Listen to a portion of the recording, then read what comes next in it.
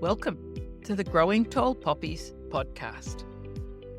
I'm your host, Dr. Nat Green, and I'm so excited to have you join me as we discuss what it means to navigate your way through post-traumatic growth and not just survive, but to thrive after trauma. Through our podcast, we will explore ways for you to create a life filled with greater purpose, self-awareness, and a deep inner peace. Through integrating the many years of knowledge and professional experience, as well as the wisdom of those who have experienced trauma firsthand, we will combine psychology, accelerated approaches, coaching, and personal experience to assist you to learn, to grow, and to thrive. I hope to empower you to create deeper awareness and understanding and stronger connections with yourself and with others, whilst also paving the way for those who have experienced trauma and adversity to reduce their suffering and become the very best versions of themselves in order to thrive. Thank you so much for joining me on today's episode. I'm super excited today to introduce our inaugural first guest interview for Growing Tall Poppies.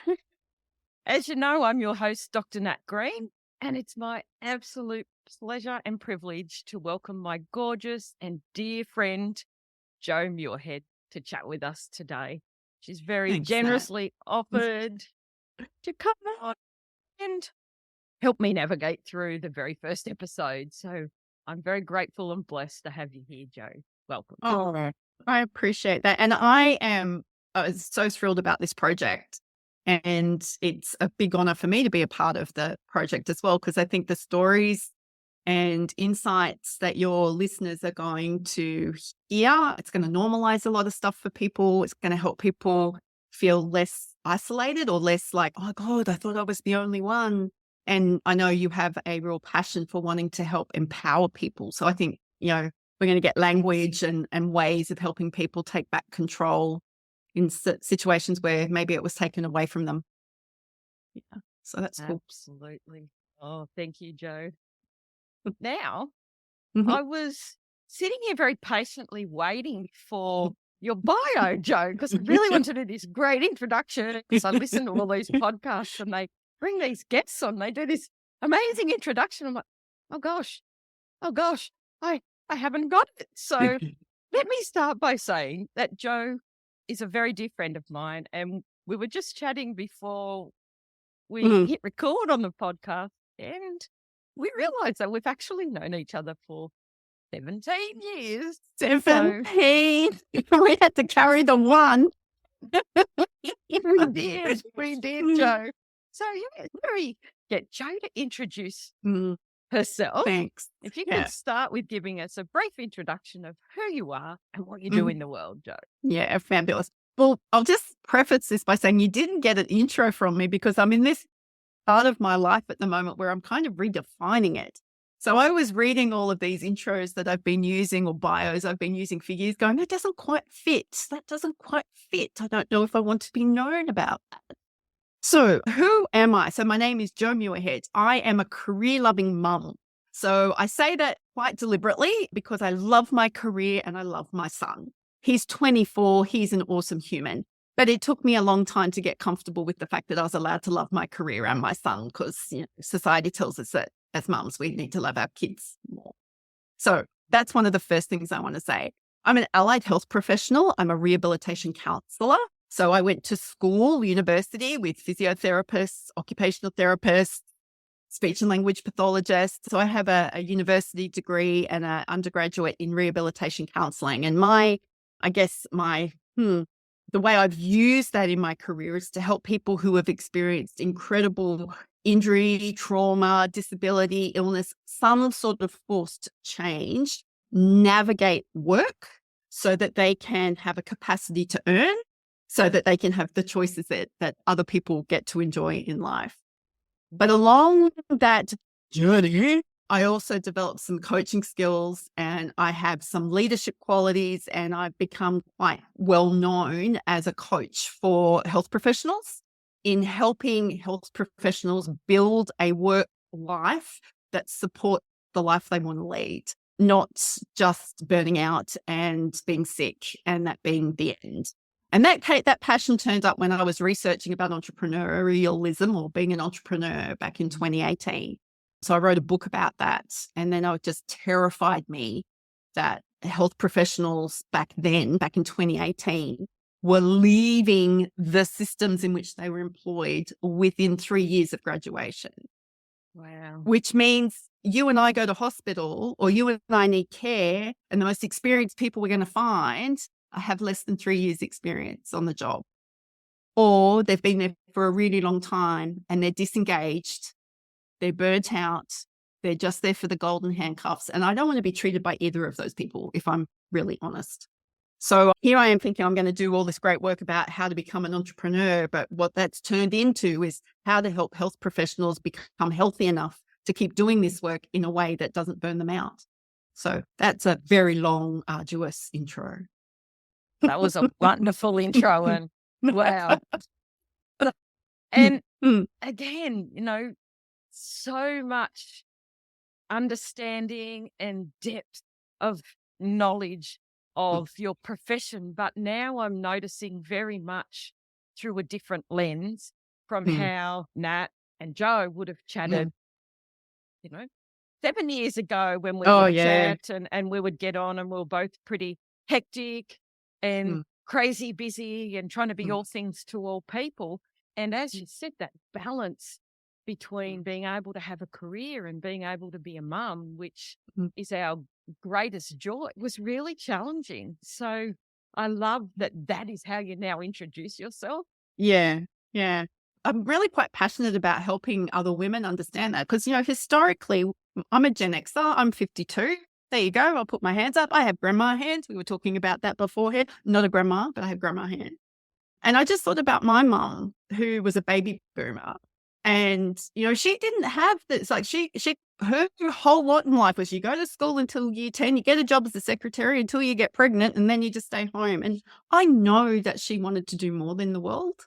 She would talk about that. She raised 3 fiercely independent daughters because that was not what she got to experience. And then, there's women of my grandmother's generation, who were the war brides and who lived through the Great Depression, and they actually got to go to work because all the men were sent to war. So they got to learn how to, look after money on their own and look after a household on their own, and had to look after the kids on their own. Then all the husbands came back and took all the jobs and took all the responsibility, and they came back with PTSD. So the wives are going, the heck's happened here? So, I think for women, we're still navigating, you talk about tall poppies, the grief, we're still navigating some of the stuff that the suffragettes were trying to deal with. It's like society. And then, here in Australia, we've got people coming from all over the world. And quite often they're coming from war or horror or, and we're trying to get these people to assimilate. So do we use that word? Am I going to get involved? We're out, and we're just like, oh, come on. Like, yes, you're allowed to love your family here. It's okay. You're also allowed to love having a job here. That's okay. You can do both. You can do one or the other. You don't have to do either. That's the joy of being in Australia. But that's not what I chose. Yeah. And I must admit now, a part of my tall poppy was the thing that kept cutting me down was I was very good at guilt. I felt guilty at work. I felt guilty at home. I'm 52 and I'm still working through my guilt. So much guilt. But I think that follows a lot of, especially women of my generation or our generation, like guilt. It's a big driver for us. We're not forgotten. We're here creating podcasts. We're going to put our knowledge and our wisdom out in the world so that we can teach others that there can be other ways. And that's what I love. And that's, the way you've been able to just talk there about our generation, our parents' generation, our grandparents' generation, and just make note of how there've been so many changes. Yep. And moving forward, the changes for our kids have been, unexplainable for us who never had mobile phones, who didn't have computers when we grew up and went to school and started university. There's just been so much change. Yeah. And then when you throw in the fact that, clearly my podcast is around helping people who've experienced trauma or adversity in their life. So you throw in that extra layer of having something significant happen in your life on top of all the generational change, then it's a minefield out there, really, isn't it? It is. And I'm really glad you presented it like that, because I don't think people understand. Like, if you look at the history of change management, actually, now let's do this. Health professionals. We go to health professional school to become health professionals. And we are taught at and it still happens, because I've checked. Does. It absolutely does. I know what you're saying. We are only ever taught how to deal with a single issue at a time. So I want you to think about all the issues that you go to a health professional about.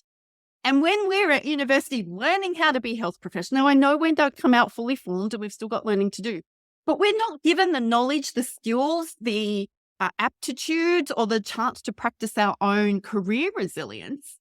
Because it's just like one thing. So this person turns up with a broken foot. I shall deal with said broken foot.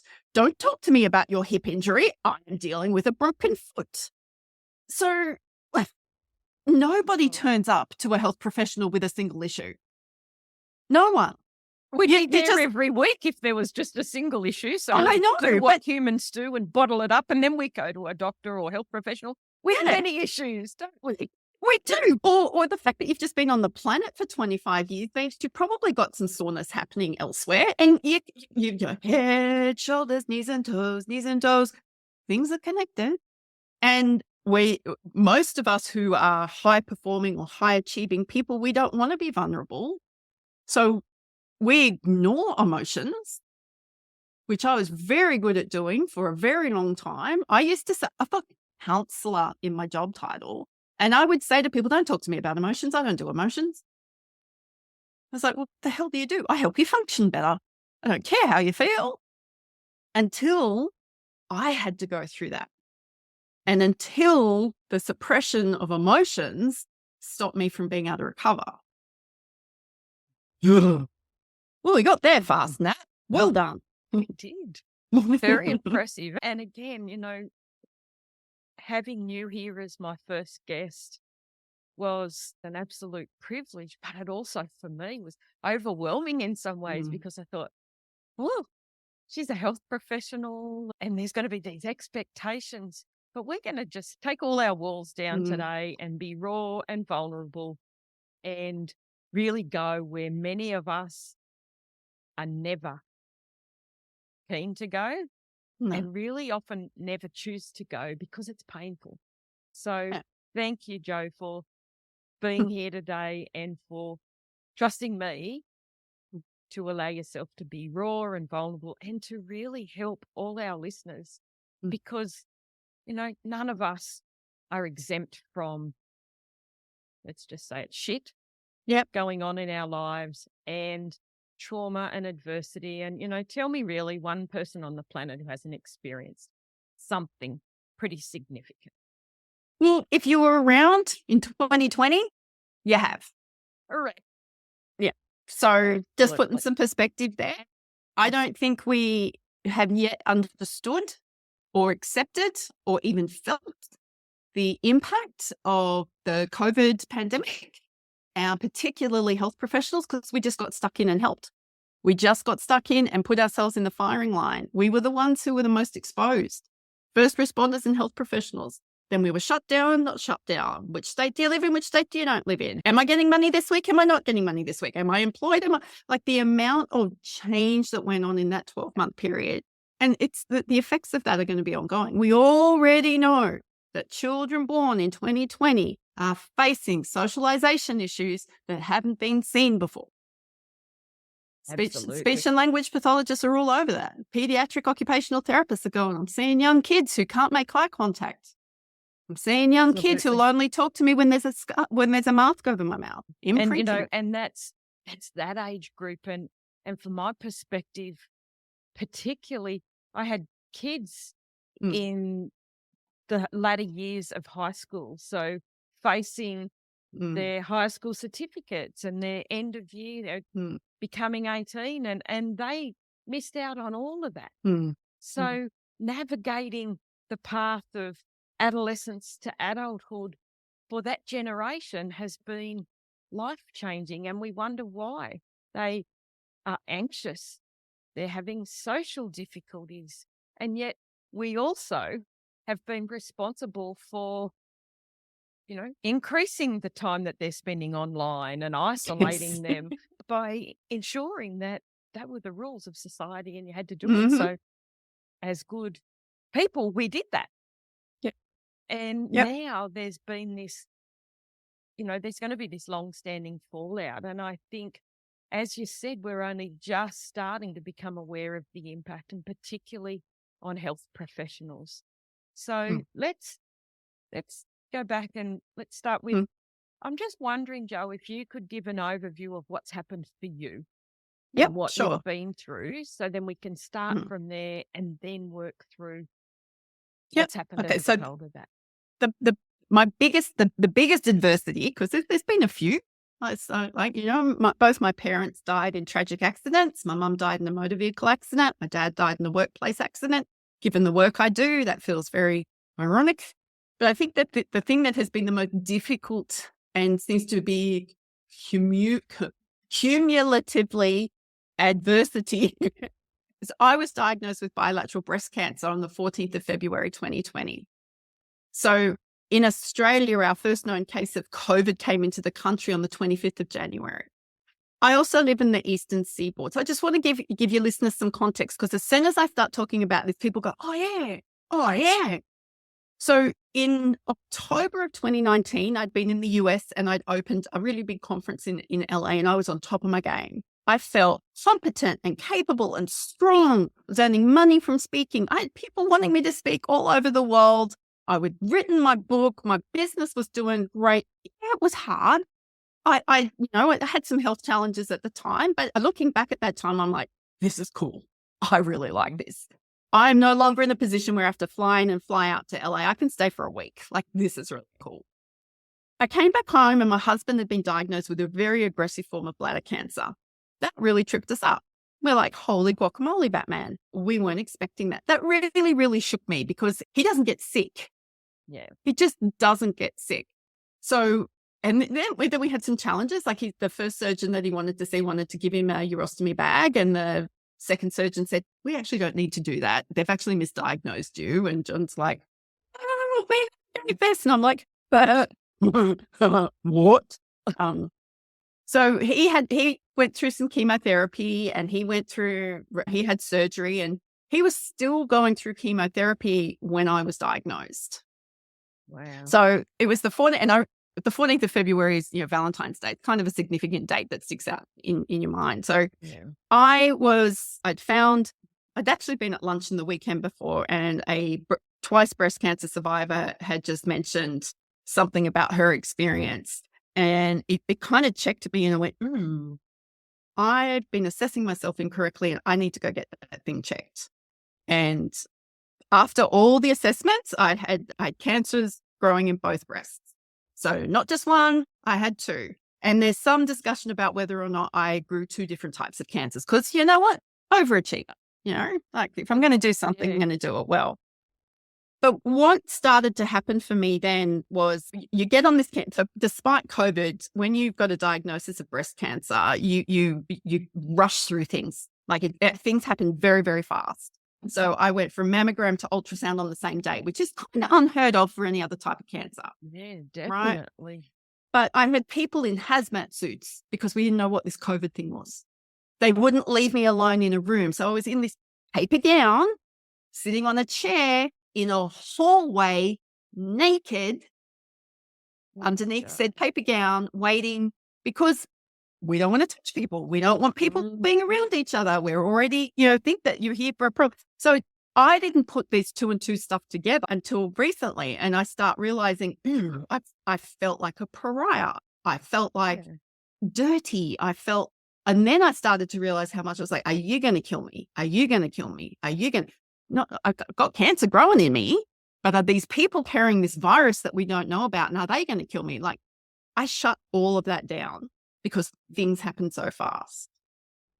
So I'm in this cancer train, which is what I call, some people call it the cancer bus. I think it goes faster than a bus. It's a cancer train.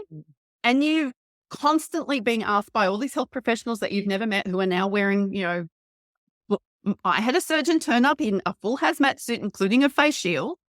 And I started having some really negative experiences with health professionals.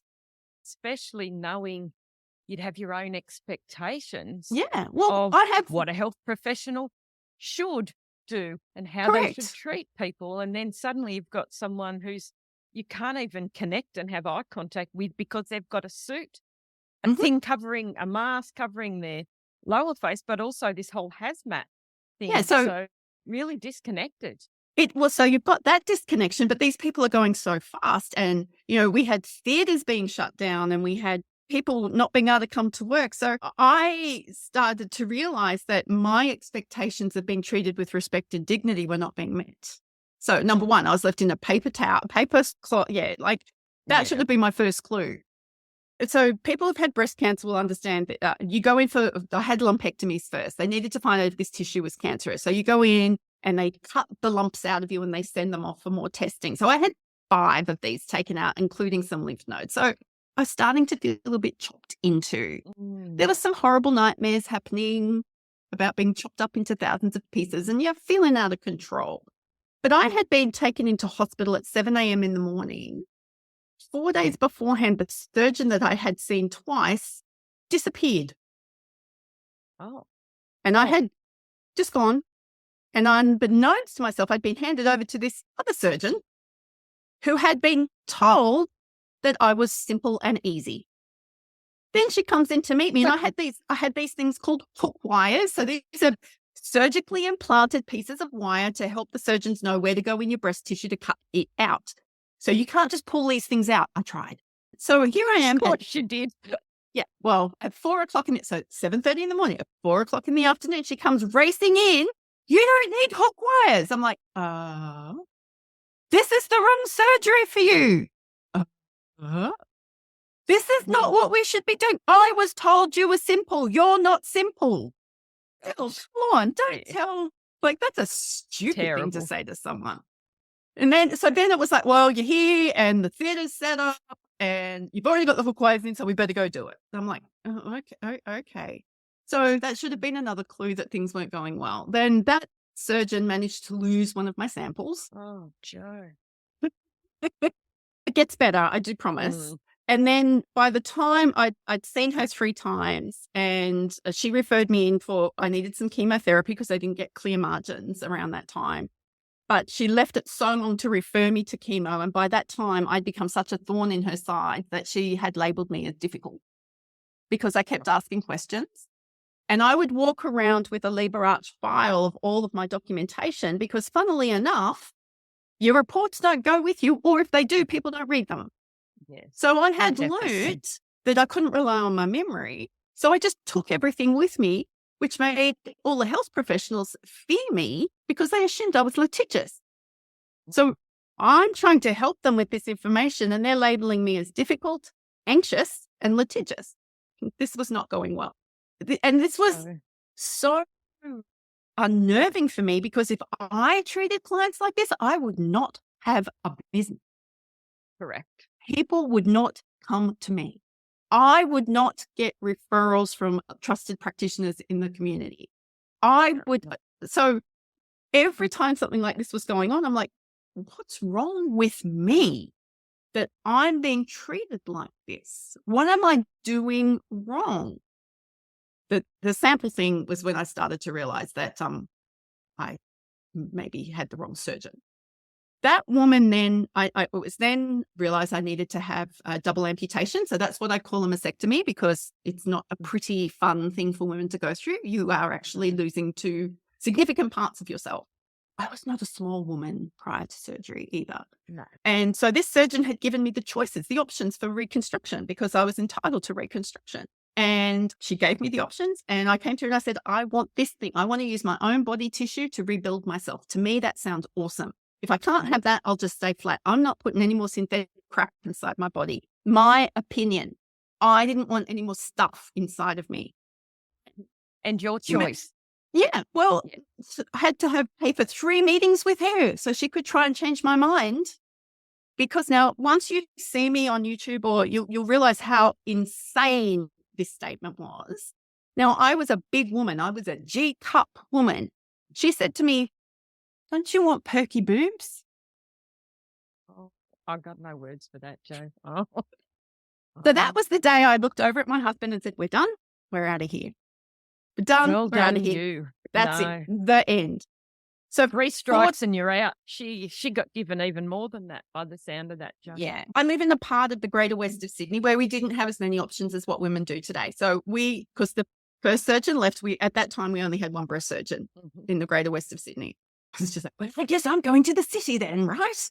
Which I think is terrible, that where you live has such an impact. And this will be very politically motivated now, but where you live has a really big impact on the healthcare that's available to you. That is complete. I mean, you're in Port spot on. Macquarie. So. Exactly. I've always lived in rural and regional areas, and that is something we have faced forever. So I've got a girlfriend who's in Mildura, whose daughter has atrocious endometriosis. And they've had to go to Adelaide because they couldn't even get on a wait list for some of the services that she needed. You know, it's just like, it's not good enough, anyway, is it? No, it's not. But so I ended up advocating for myself quite strongly. So I had to go and see another reconstructive surgeon in Penrith, but nobody knew. But I just went to go start somewhere. So I went to him. He listened to my story. Best $300 my husband and I spent on seeing with him. He spent 90 minutes with us. And he said, "I don't know how to do the surgery you're asking for, but I know the people who do." And that man listened to my story. He affirmed me. He said, "This has been awful. This is hard enough without what you've had to go through as well." Keeping in mind, I'm not even thinking about COVID at this stage. Right? We just go everywhere with a mask on. Yeah. Yeah. So he then called on the phone these 2 guys from Chris O'Brien's centre, and he got me in to see them the next week. They had read my file. They had known who I was, and they pulled together a team of 6 specialists on a Saturday.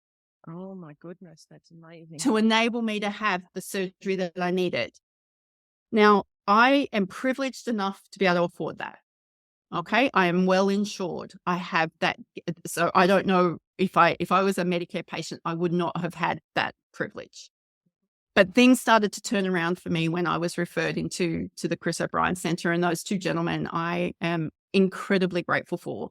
So that surgery was 12 hours long. I had a double mastectomy and then an immediate reconstruction. And then I needed some other surgeries after that. But I know myself well enough to know that I didn't want this to go on. So in my brain, it was all going to be finished in 12 months now. Of course it was, Jo, because it needs to be done yesterday. So we just need to take the cancerous bits out. I didn't want to live with the fear of recurrence. So I treated my cancer aggressively. Like I was 47 when I was diagnosed, or 48 when I was diagnosed. I had a long life I still wanted to live. So I felt able to go, I can live without boobs. Hey, you want to take my belly fat and give me new boobs? Go you, if you've got the skills to do that. And that whole part of the journey had been quite refreshing, given what I dealt with in the beginning. Definitely like chalk and cheese, isn't it? Yeah. I'm so sorry that was part of what you had to experience. Yeah. And you know what's sad, Nat, is that there are so many people who have these stories. There are so many people who go to healthcare service providers. I think that's a misnomer. It's not healthcare, it's medical management. And I think we've got to stop having an expectation of feeling cared for. That was my problem. I expected to feel cared for. Nobody wanted to care for me. They just wanted the disease gone. Right. I think that's a really powerful reflection. Yeah. And many, many cancer survivors will tell you, I've become nothing but my disease or the absence of. So chemotherapy for me was horrendous. It makes you feel like shit. It is awful. Chemo is different for different types of cancers. They treat chemo for breast cancer really, really aggressively. It's almost the same level of chemo as they give a brain cancer patient.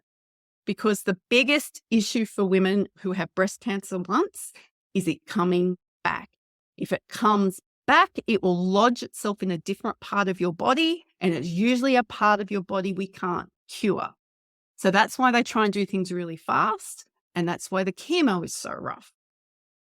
So all along this pathway, you're being told you could die. If you don't do this, you could die. If you don't have this surgery, you could die.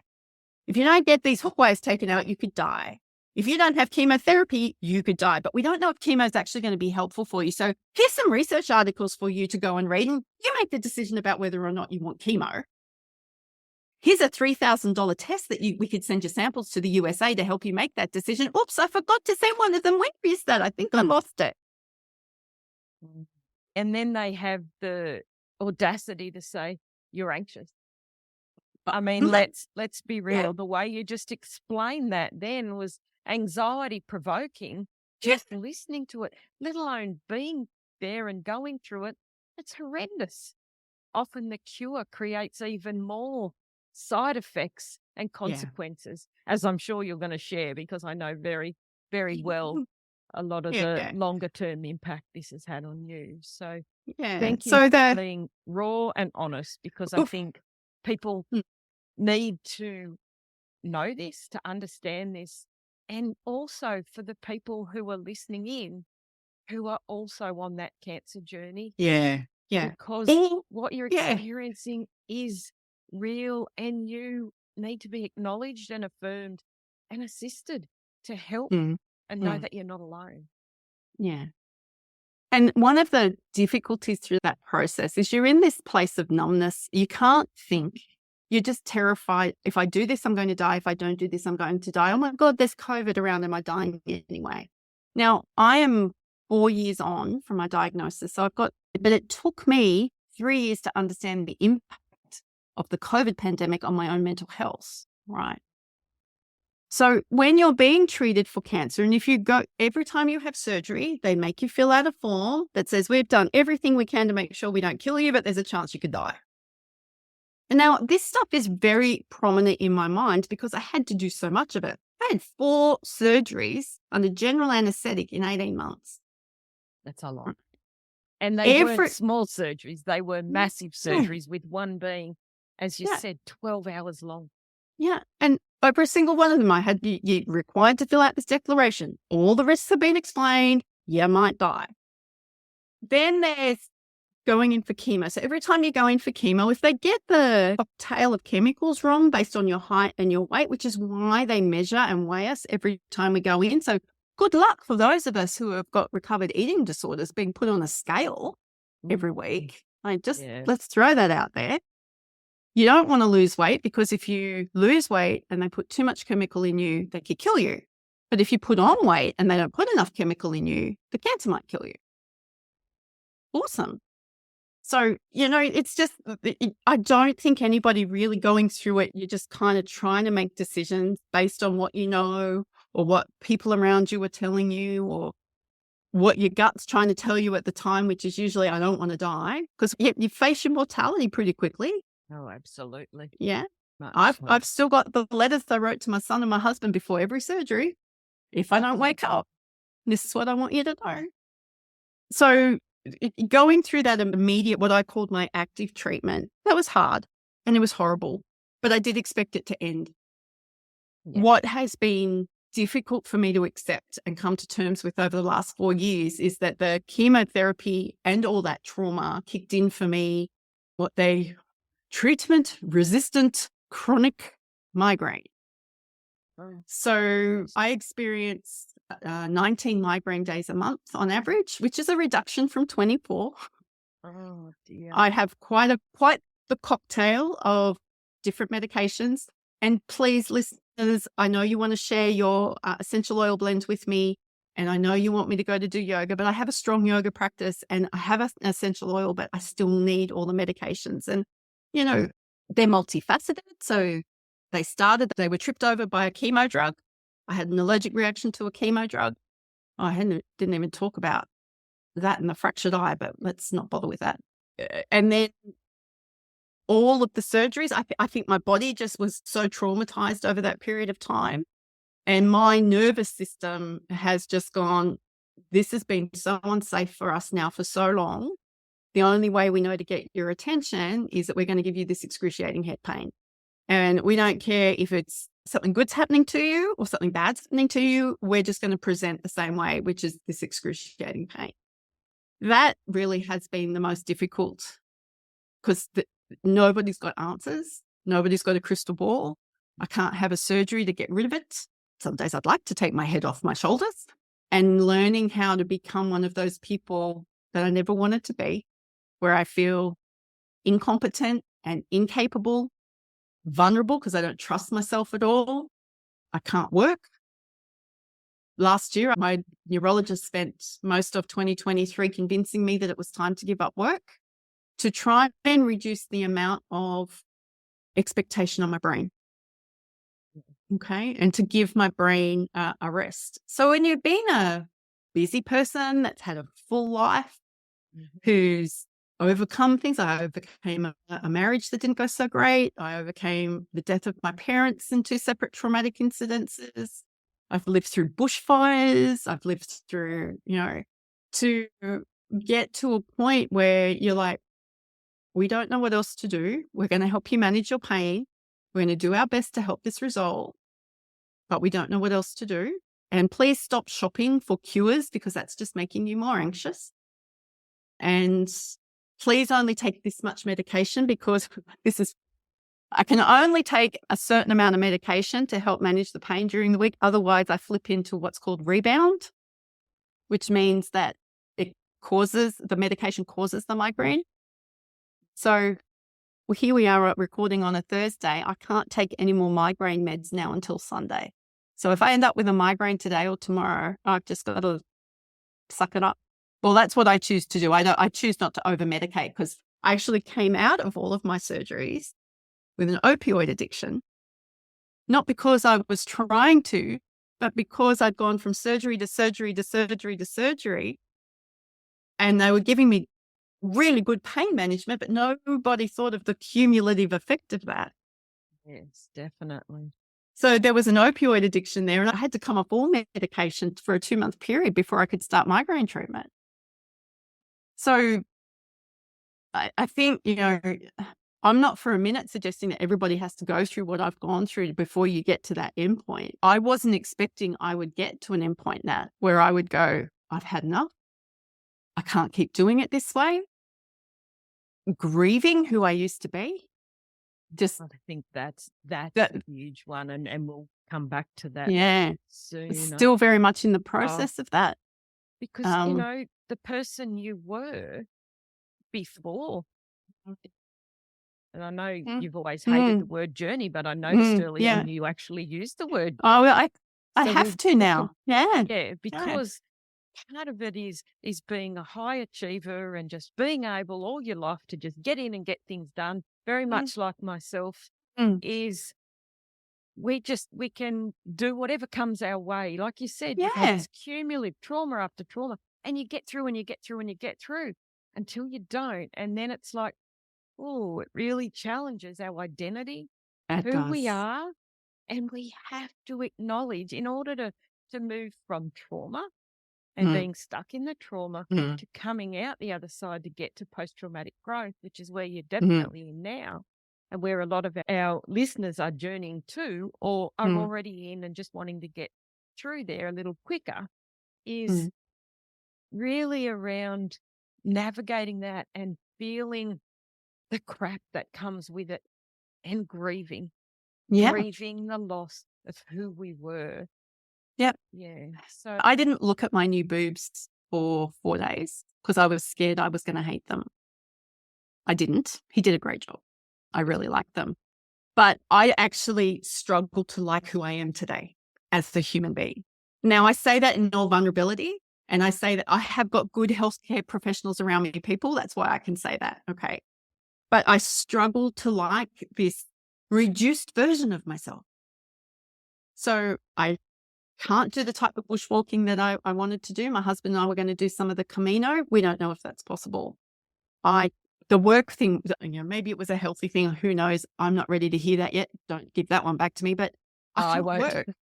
My identity was wrapped up in my work, Absolutely. right? Which is why you didn't get a bio. It's like, I'm still figuring this out. And it's good. And I'm glad that you didn't give me a bio, because that in itself has been a huge process for you to say, this is who I am. Yeah, I'm figuring it out. And that's okay. You don't need to have all the answers. As frustrating as it is. It is. It's frustrating, and it feels and frustrating, yes, and debilitating, because I don't like sitting in the discomfort of what feels like indecision. Okay. And because, like many of your listeners are going to be, I make a decision, I act on it, we get things done. I'm an awesome problem solver and risk manager, right? I am very good at problem solving. So don't tell me something can't be done. I'll find a way. Absolutely. Until I'm presented with these migraines. I didn't know there was going to be an until. So here I was, this courageous woman who had pioneered a lot of stuff in her career, done things very, very differently for a rehab counsellor in Australia, created pathways for other women and other professionals to do things, currently being almost stopped at a door with a really big stop sign saying, you can't go any further.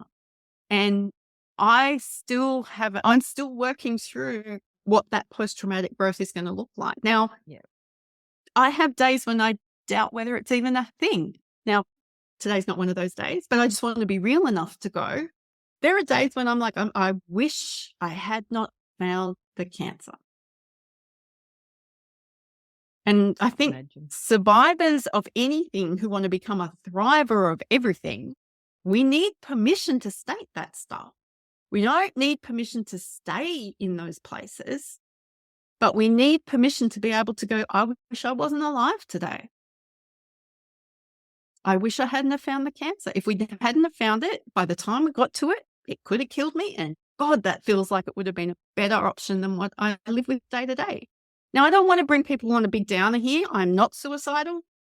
Nat would be all over me if she thought Absolutely, I would. But all right. I think it's really, really important that you share that, because there is this expectation that society puts on us, but then that other layer that we put on ourselves is around this expectation that I can't have one of those days. I can't go back there. Damn right you can. And I am so grateful to you for acknowledging that, Jo, that some days will be bad days and you can stay in bed that day, because tomorrow might be different, and that's okay. But if we try and fight it every step of the way, keep moving forward just to get to that end point, we're going to make it so much harder for ourselves. Yeah. So we need mechanisms and people, and it might only be one, and it doesn't have to be your treating psychologist, but we need somebody. Well, I have found that I've needed somebody that I can be completely open about those days with, but know that I'm not going to be a risk to myself or others. So I've talked to my husband about it and we have an agreement on that. And I've actually talked to my son about it and we have an agreement on it. They know what to look for as well. So I've done the risk management thing. If you see these things going on, that's where we get concerned, right? Yeah. But, I think the other pressure for us, Nat, is as health professionals, we can't, I had an expectation that I would know what to do. I had an expectation. So that I worked throughout my chemo, throughout my surgeries. I just, 6 weeks after the first surgery, I didn't work, but I was pretty much back at work by day, 6 weeks and 1 day, because there's this belief that work is good for our health and that good work is good for our health. And I've worked in a system that has been drumming that into people forever and ever and ever and ever. And God forbid you take time off work because you're sick and ill, because that's not how you get better. Bullshit. Exactly. I call bullshit on that too. And I'm so glad that you went there, Jo, because the reality is, it is. You can't keep going and keep going and keep going, because it will come at a cost. And can I just circle back, if that's okay? When you talked about the migraines, and I made a couple of notes, and how, you did all these things and you took all the things that you were told to do, and these migraines came.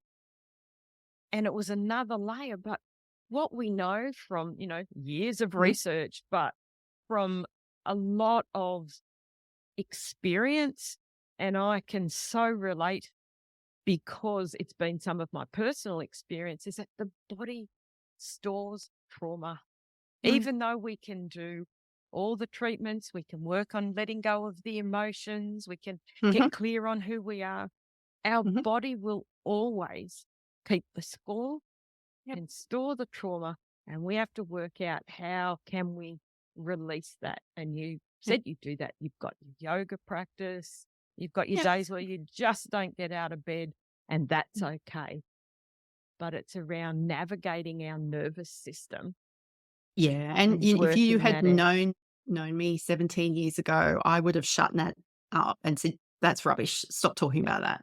You would have. Let's be honest, I wouldn't have talked about it either because I also was pre-significant trauma and just kept going because that's what you do. And you and I are two peas in a pod in many, many ways. Yeah. And so it's very interesting that both of us have been confronted with the thing that is in the area that we both worked in.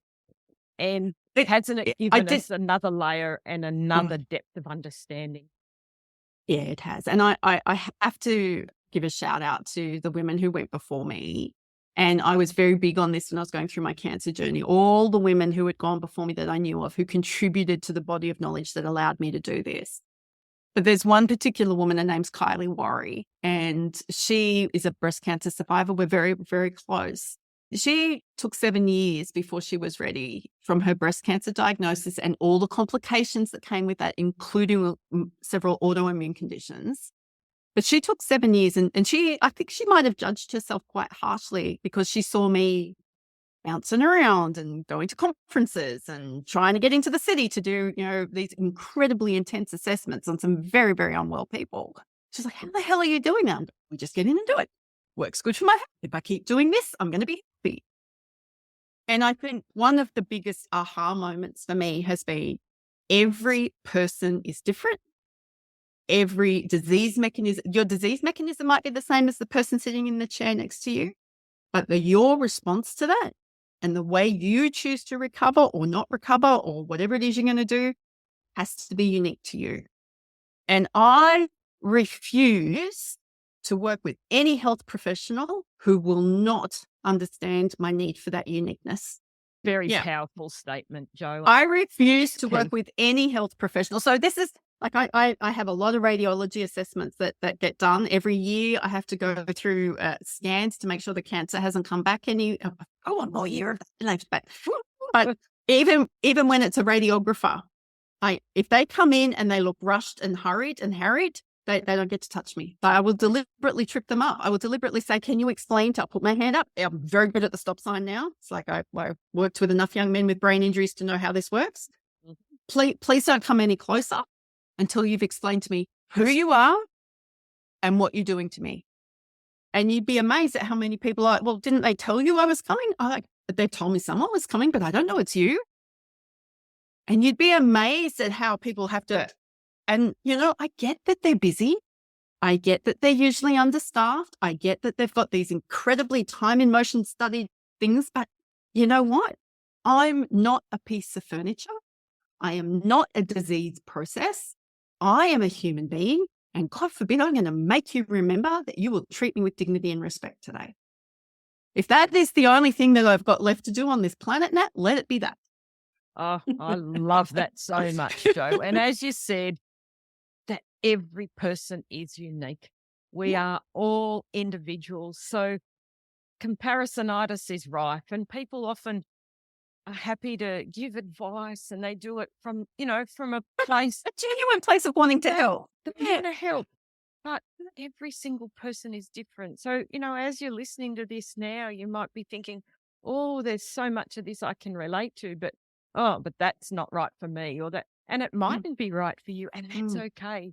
We are all individuals. And I think one of the biggest takeaways is that as you work through your trauma and your adversity and move into post-traumatic growth, is you are you, you do you.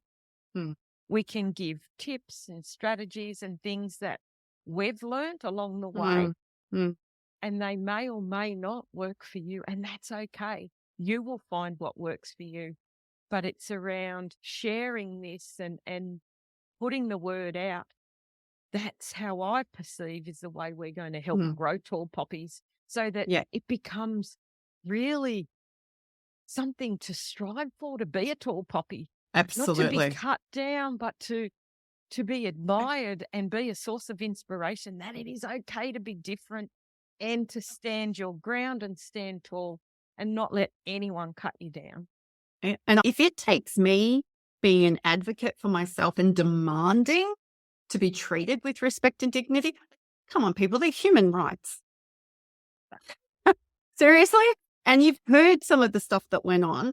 It's like, no, that's something. It scares me, the lack of health literacy that like, I'm an educated woman and I struggled with this. So my sense of contribution now, I was going to say responsibility, but it doesn't feel like a responsibility. That's heavy. But a contribution that I can make is, if you're a health professional and you have the privilege of me sitting in front of you and you don't like the way that I'm talking to you, that's on you.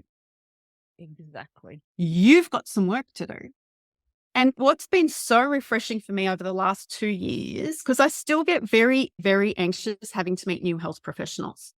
Definitely. Like, of course I'm going to do that.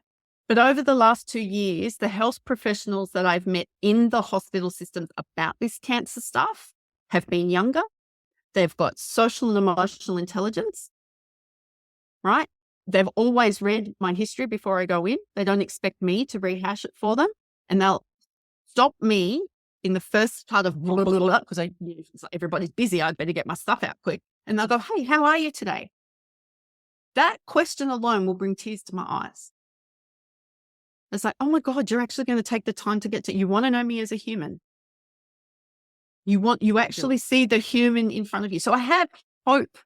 I have so much hope that that's where our health professionals are going. But I know it's not going to be okay if we're still burned out and not doing it. But yeah, we're nearly at an hour. So like, yes, I know. I need you to help me manage time. Talk on this forever, couldn't we? So if you could share one thing, Jo, with our listeners that would help them as they navigate their post-trauma experience and move towards and through post-traumatic growth, what would it be? Yeah. So the one thing that I've come back to time and time again was actually learning how to activate my resilience. So resilience is a word that gets thrown around a lot, like this. You just need to learn to be more resilient. It makes me cringe. I'm wanting to move in my seat. Yeah. So there's actually tools that you can use. And I did this great assessment called the Donut Assessment, created by Lynn, whose name has gone out of my head. I'm sorry, Lynn. It's called it the Donut. Jo Muirhead actually did this with me. And it helped me identify those parts of myself that are innate, where I feel strengthened. So they're things like family and skills and education. There's 7 of them. So it became easy for me to go and grab a hold of some of those things and know that, when I was in community, I felt better about myself. It didn't take the bad stuff away, but in that moment, I felt better about myself. So learning how to activate my resilience, and I'm almost evangelical about this now. And Kyla's put together a great course on it. Not that I'm trying to take away from anything here, but it's learning about resilience and learning about what it genuinely means, because it's not a one and done. You don't wake up one day and you're resilient. It's like, what do I need to put on today, or what do I need to wear today, or where do I need to go today, or what?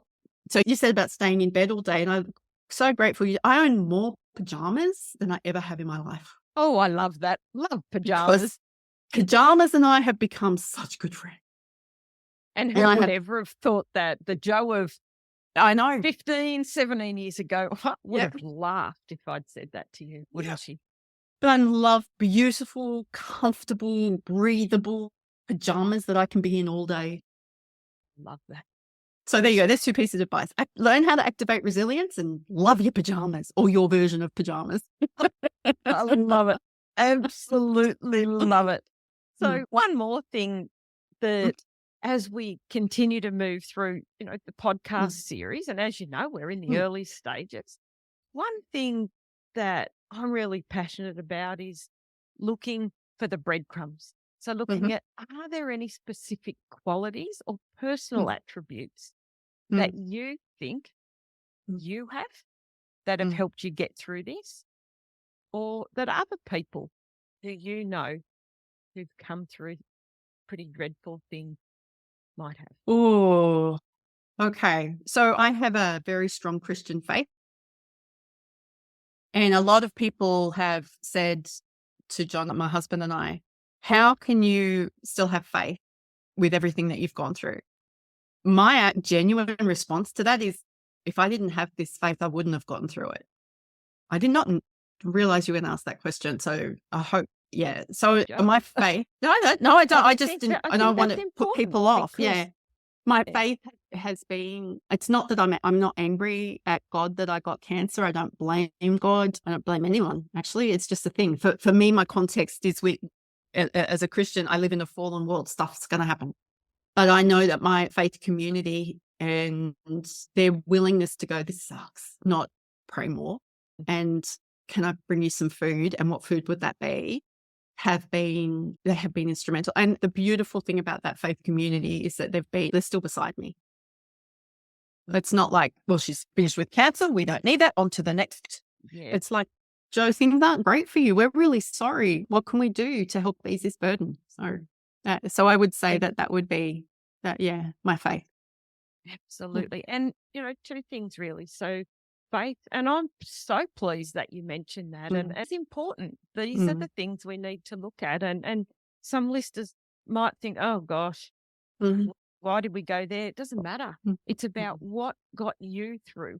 And mm, your faith might be in something completely different. It mightn't be in God. It doesn't matter. mm. It's around what is the thing that's bigger than you, that's outside you, that can help Yeah, pull you through, as well as what's internally inside you. And for you, it's faith, but also community, yeah, being yeah, accepted and part of something and belonging to yeah. community.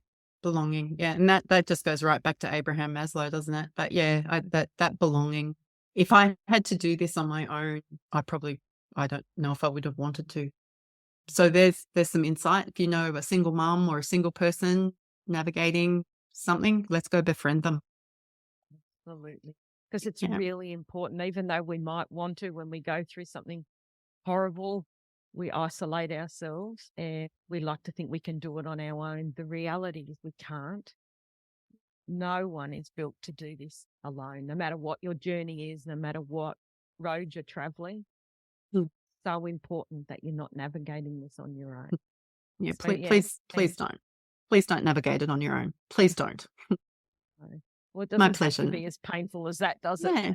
As we No. found out. And we are No. very strong, independent people who would always have felt we would do it alone. So Mm. thank you, Jo. So as we move to Mm. wrapping this conversation up, where can our listeners find out more about you and find you online? Yeah. So I think there's two web presence places. So my private practice is called Purple Comb, which is the smushing together of the word purpose for people. My husband has decided that we need to stop right now. He's just bashed into the room. Hi, John. So there's purpleco.com.au. You'll find some free resources around activating resilience, because I feel very strongly about that. There's a great video there. I'll send you the link for it. And that donut assessment, I'll Yeah. get you to send me that. We'll put that on there as well in the show notes, Yep.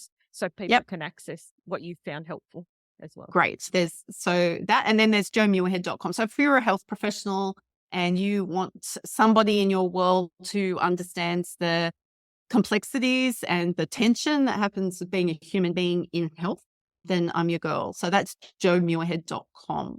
That's probably the best place to find. But I am still sorting myself out. So how it looks today might not be how it looks tomorrow. And, permission to take as long as I need. Absolutely. Who would ever have thought that it was going to be a journey and there doesn't have to be an end point. And we're constantly moving through it and growing and navigating. And please let those migraines be manageable and managed. And as you move forward, let's hope that things continue to improve for you. So Thank you, Nat. thank you, Jo, for joining me today. I Pleasure. honestly am so grateful and Yeah. feel so honored that you're my first guest. And you did Thank such a you. wonderful job. Thank you That's for my sharing your pleasure. wisdom. That's okay. And if anybody wants to reach out directly to me, that you're having trouble finding, a place to belong. Don't inundate me with 1,000 questions. I won't be a health professional, but I can at least point you in the direction of where you can get some help, because this is hard enough, and knowing where to start is often hard. So there we go. Thanks again, Nat. Absolutely. Thank you so much. Bye for now. Thank you for joining me in this episode of Growing Tall Poppies. It is my deepest hope that today's episode may have inspired and empowered you to step fully into your post-traumatic growth so that you can have absolute clarity around who you are, what matters the most to you, and to assist you to release your negative emotions and regulate your nervous system so you can fully thrive. New episodes are published every Tuesday, and I hope you'll continue to join us as we explore both the strategies and the personal qualities required to fully live a life of post-traumatic growth and to thrive. So if it feels aligned to you and really resonates, then I invite you to hit subscribe, and it would mean the world to us if you could share this episode with others who you feel may benefit too. You may also find me on Instagram at Growing Tall Poppies and Facebook, Dr. Natalie Green. Remember, every moment is an opportunity to look for the lessons and to learn and increase your ability to live the life you desire and deserve. So for now, stay connected, stay inspired, stand tall like the tall poppy you are, and keep shining your light brightly in the world. Bye for now.